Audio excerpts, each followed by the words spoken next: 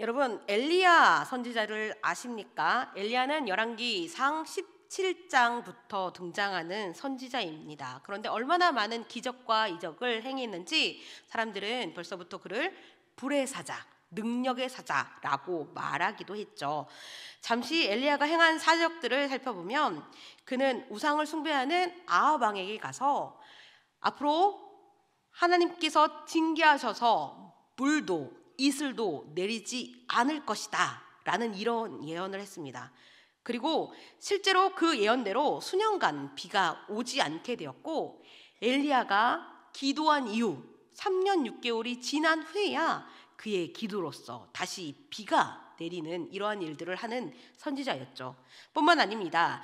갈멜산으로 바알 선지자들과 이세벨을 섬기는 선지자들을 불러서 대결을 신청했는데, 그가 살아계신 하나님을 기도로 찾으니 하늘에서 불이 내려와 승리를 하는 그러한 일들도 있었습니다. 그리고 그곳에 있던 바알 선지자 450명을 쳐 죽이는 이러한 일들도 했죠.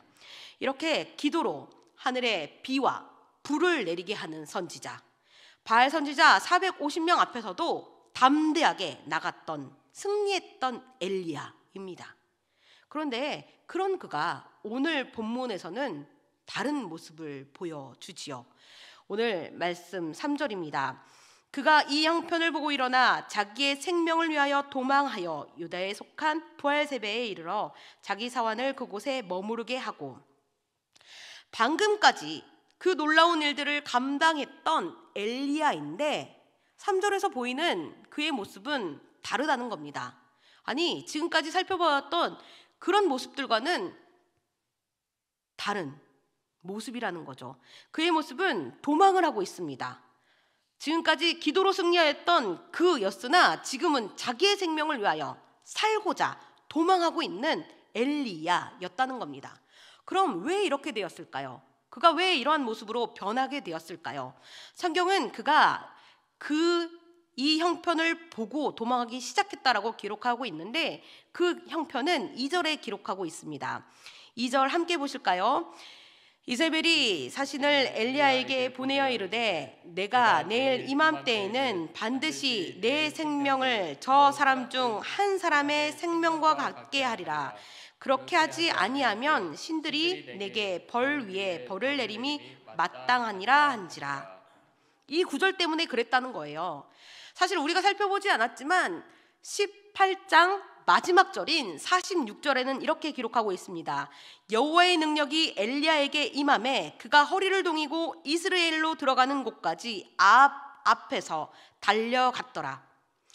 그가 어떤 모습이었냐면 하나님의 능력으로 하나님과 함께 가뭄이 들었던 이스라엘을 위해 기도하니, 그리고 믿음으로 비 올 것을 예언하니 그대로 되었고, 실제로 큰 비가 오니 이스라엘 왕 앞에서 담대하게 달려가며 행동했던 모습이었다는 겁니다. 그런데 그 절이 끝나자마자 19절 1절과 2절 보면 이세벨, 아합 왕의 부인인 이세벨이 그에게 하는 말, 즉 내가 반드시 너를 죽이겠다는 이 말 때문에 변화되었다는 거죠.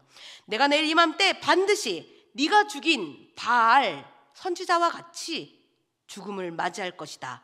이 사형 선고의 말, 내 목숨을 걸고 너를 죽이리라 하는 악의가 가득한 말 때문에, 그리고 실제적으로 그를 죽이기 위해 행동하는 그 일들 때문에 엘리야가 그만 두려움을 느끼게 된 것입니다. 살해의 위험에 엘리야는 이제 도망하기 시작합니다. 그리고 자신의 생명을 위해 북이스라엘을 떠나 남유다로 떠나는 엘리야, 그리고 남유다 중에서도 최남단인 부엘세바까지 내려갑니다. 그런데도 그 두려움이 사라지질 않는 거예요. 그래서 사환은 부엘세바에 그대로 두고 자신은 하룻길을 더 광야로 들어갑니다. 그리고 광야에 있는 로뎀 나무 아래 앉아 죽기를 구하는 엘리야입니다. 여호와여, 넉넉하오니 지금 내 생명을 거두시옵소서. 나는 내 조상들보다 낫지 못하니이다. 도망함으로 오는 육신적으로 지치고 피곤함을 넘어 이제는 영적으로 오는 자기 비하와 체념까지도 담긴 기도를 하고 있는 엘리야, 그 모습이죠. 아니, 불의 사자 아니었습니까? 능력의 사자가 아니었습니까? 그런데 어찌 이런답니까? 우리가 읽어보지 않았지만 엘리야는 경험했습니다. 생명이 하나님께 있음을. 사르밧 과부 이야기 아시죠? 사르밧 과부에게 들어갔을 때 사르밧 과부의 아들이 죽게 된 일이 있었습니다. 그때 엘리야가 그 몸에 엎드려 기도를 하기 시작합니다. 하나님 살려주시옵소서. 이 아들을 살려주시옵소서. 그의 기도에 하나님 응답하시죠. 죽었던 아들을 살려주신 겁니다. 그를 통해서 엘리야는 경험했다는 거예요. 직접 보고 경험한 그였다는 거예요. 생명은 하나님께 있구나. 그러니 이세벨이 아무리 자신을 죽인다고 달려들지라도 두려워하는 게 아니라 담대히 나아갈 수 있어야 하는 것이 아니냐 하는 겁니다. 또 뿐만 아니라 가뭄의 기간 동안 3년이나 아합 왕이 그를 찾으려고 군대를 보냈습니다. 그런데도 찾을 수가 없었습니다. 왜냐하면 하나님께서 그를 숨겨주셨기 때문이다. 그를 돌봐주셨기 때문입니다. 그런 경험을 한 그가 아닙니까? 그러니 지금 이세벨이 아무리 많은 군대를 보낸다 할지라도, 아무리 많은 사람들이 자신을 쫓아와 잡으려 한다고 할지라도 그가 있어야 할 곳, 그곳이 지금 로뎀나무 그곳은 아니고, 또 그곳에 나와 하나님께 이러한 고백을 할 수는 없지 않았을까 하는 것이죠. 사실 광야에까지 도망쳐 나와 하나님께 죽여달라고 하는 것이 아니라 생명이 하나님께 있음을 고백하며 광야가 아닌 다시 사명의 자리로 돌아가야 하는 것이 마땅해 보이는 엘리야의 모습이라는 거죠. 그런데 이런 모습은 온데간데 없습니다. 두려움에 떨 뿐입니다. 모든 것을 포기한 채 죽기를 구하고 있을 뿐입니다. 엘리야의 이러한 기도는 요나서에서도 우리가 살펴볼 수 있습니다. 요나서 4장 8절입니다. 해가 뜰 때 하나님이 뜨거운 동풍을 예비하셨고 해는 요나의 머리에 쪼임에 요나가 혼미하며 스스로 죽기를 구하여 이르되 사는 것보다 죽는 것이 내게 나으니이다 하니라. 정신이 혼미할지언정로 뜨거운 바람과 강한 햇볕에 놓이게 되니 환경과 상황이 힘들게 되니 사는 것보다 죽는 것이 낫겠다 하며 죽기를 구하는 요나 선지자의 모습. 엘리야와 요나 모두 참으로 안타까울 뿐입니다. 두 명 모두 하나님께 쓰임을 받은 선지자였고 하나님께서 행하시는 놀라운 이적을 보았고 하나님께 선택받은 자, 사명을 감당한 자였는데 어찌 이렇게 변하게 되었는지, 어찌 이렇게 주저앉게 되었는지 안타까울 뿐입니다. 그러나 이러한 모습이 이들에게서만 보일까요? 잘 생각해보면 이들만 그러고 있는 걸까요? 우리들도 이러하지는 않을까요? 이들처럼 하나님께서 우리를 만나주셨고 하나님을 경험하게 하셨으며 많은 은혜들을 주셨는데 우리는 이들처럼 때로 지치고 피곤해지니, 때로는 상황과 환경이 지치고 어려워지니 우리들도 이렇게 주저앉고 있지는 않은가 하는 겁니다.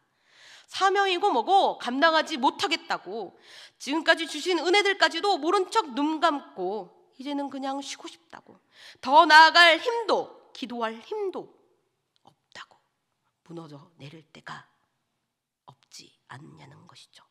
분명 작년까지만 해도 잘 버텨냈는데, 분명 지난주까지만 해도 어제까지도 잘 이겨냈는데, 예전 같으면 더 기도하고 하나님 붙들 일임에도 더 이상은 감당하지 못하겠다고 어려움을 토로하며 무기력해지는 우리들.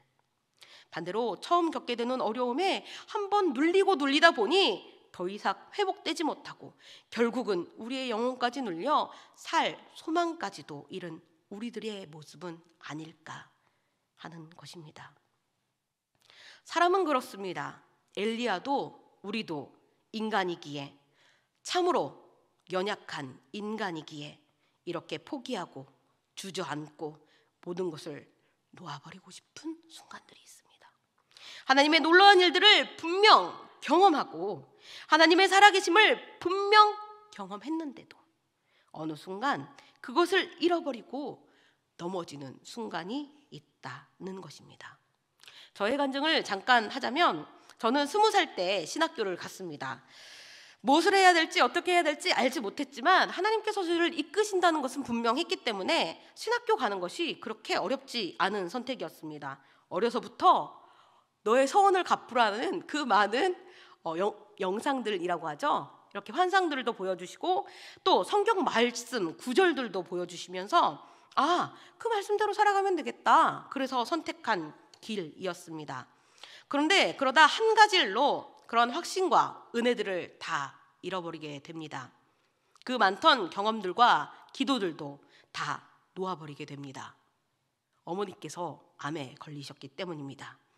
제가 22살 때부터 수술을 하시기 시작했습니다. 제가 살던 전주에서는 수술이 불가능하다 하여서 서울까지 올라가서 큰 병원에서 2년 동안 7병원에 대수술을 하게 되었죠.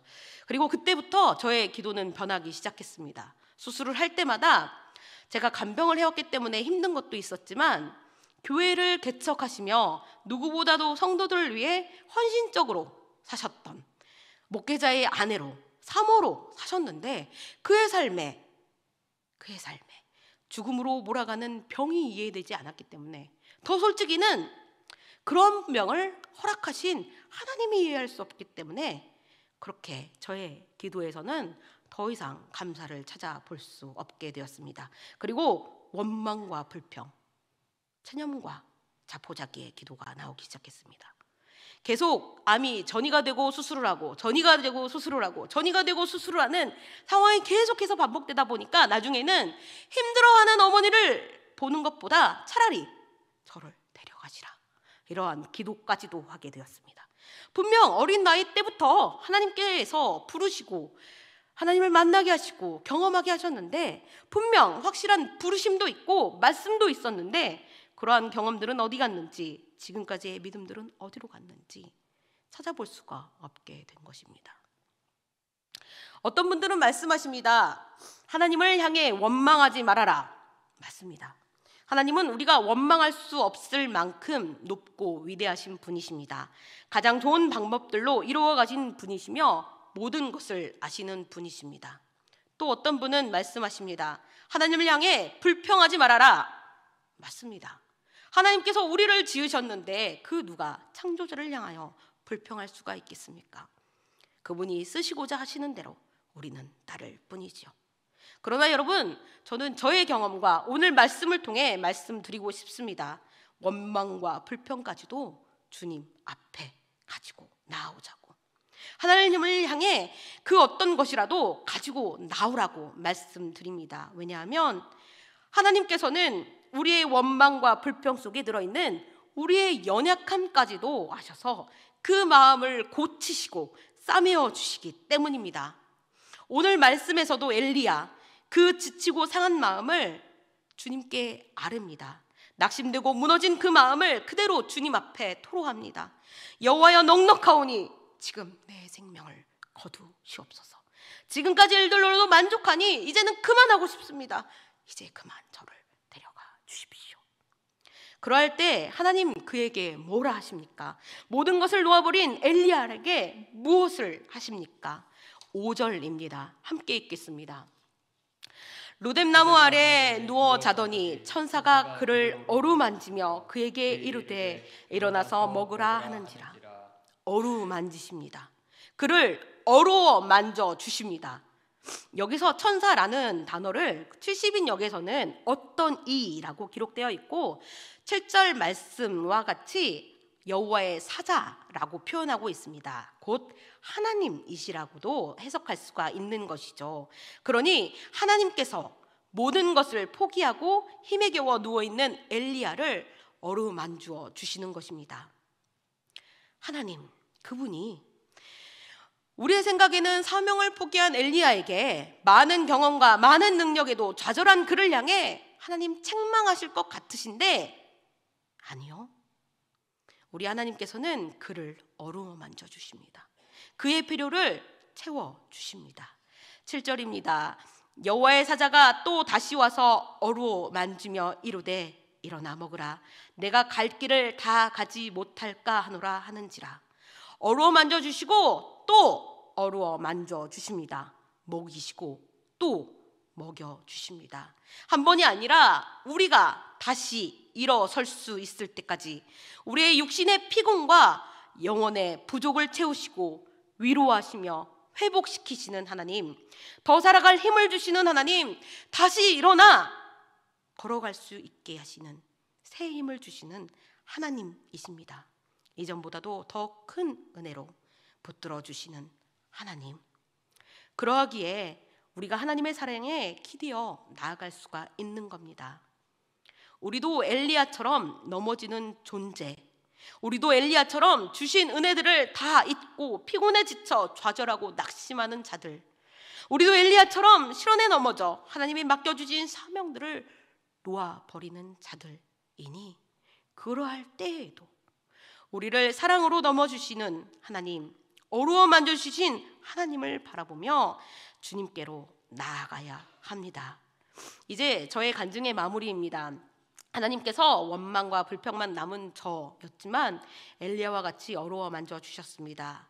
지치고 마음이 상해서 더 이상 그 무엇도 할 수 없는 상황이었지만 모든 것을 다 포기하고 더 이상 주님께 나아가지도 못하는 자였건만 저에게 찾아오시고 위로하여 주시고 품어주시고 다시 세워주셨습니다.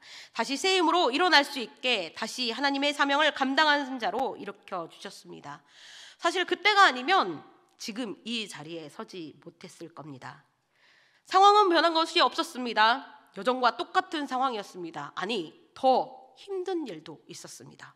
그런데 그러함에도 하나님께서 어루만져 주시니 그 모든 일을 이기고도 남았습니다. 그러기에 여러분, 사랑하는 성도 여러분, 어느 때라도 주님의 은혜에 기대어 사시길 바랍니다. 어느 때라도 주님의 사랑에 기대어 나아가시길 바랍니다. 하나님은 우리의 연약함을 아십니다. 우리의 부족함을 아십니다. 쉽게 넘어지고 쉽게 지쳐하며 원망도 하고 불평도 하는 우리의 모습을 아십니다. 그리고 그런 모습을 바라보시며 질책하지 않으시고 위로하시고 다시 안아주십니다. 그러니 여러분, 주저앉을 때라도 우리 하나님에게, 우리에게는 하나님밖에 없음을 고백하며 지치고 피곤하고 힘든 무거운 짐들까지도 하나님 앞에 토로하며 나오시길 바랍니다. 우리 하나님, 그 아픈 마음을 위로하시고 우리의 힘든 짐들 함께 지시며 모든 상황을 능히 넘어갈 수 있는 새 힘을 주실 것입니다. 온전히 주님께 나아감으로 어루만져주시는 주님의 은혜를 누리시기를 바랍니다. 마지막 8절입니다. 8절 함께 읽겠습니다. 이제 일어나 먹고 마시고 그 음식물의 힘을 의지하여 40주 40야를 가서 하나님의 산 호렙에 이르니라. 전에는 주저앉고 체념하며 모든 것을 포기했던 엘리야지만 주님의 채워주심으로 다시 일어납니다. 주님이 주신 음식으로 육을 채우고 위로의 손길로 영혼을 세우신 주님의 은혜로 다시 일어나 하나님의 산 호렙을 향해 걸어갑니다. 하나님의 산 호렙은 하나님의 임재를 상징합니다. 모세를 만나주시고 사명을 주셨던 곳으로 하나님과의 만남을 의미하는 것이죠. 엘리야는 그곳을 향하여 걷는 것입니다.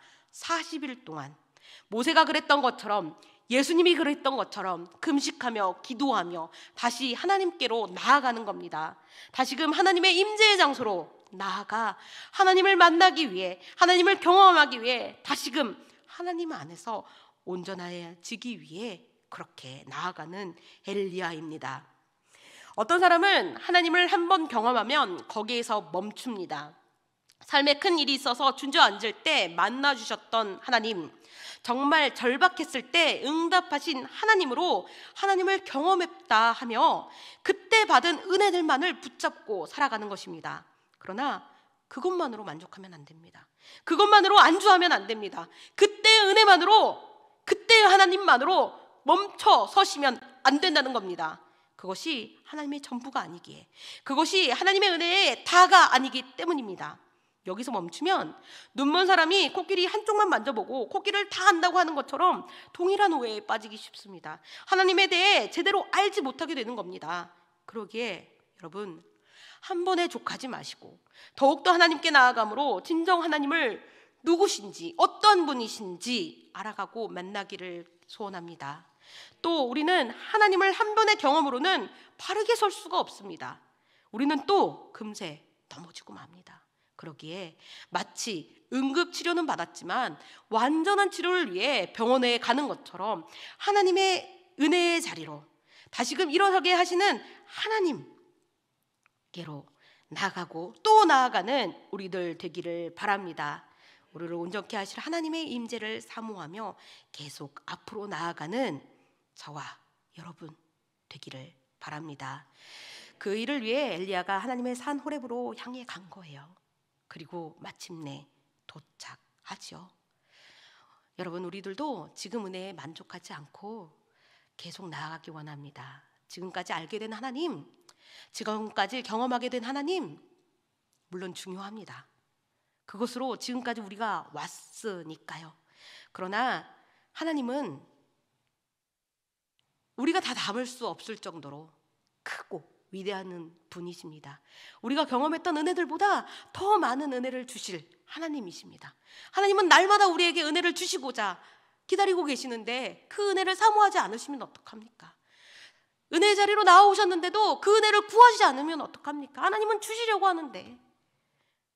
여러분, 오늘 이 자리, 우리가 주님의 은혜, 다시 하나님을 만나며 그 은혜를 경험하기 위해 온 하나님의 임재의 자리이니 우리 하나님께 구했으면 좋겠습니다. 날마다 새롭게 부어주실 하나님의 은혜, 오늘도 우리를 만나주시며 우리가 알지 못하는 하나님에 대해 알려주시며 우리가 알았지만 하나님의 사랑, 더 크신 하나님의 사랑을 경험할 수 있도록 그렇게 하나님께 나아가길 원합니다. 하나님의 산 호렙, 하나님의 임재가 있는 기도와 찬양의 자리로 오늘도 나아가십시다.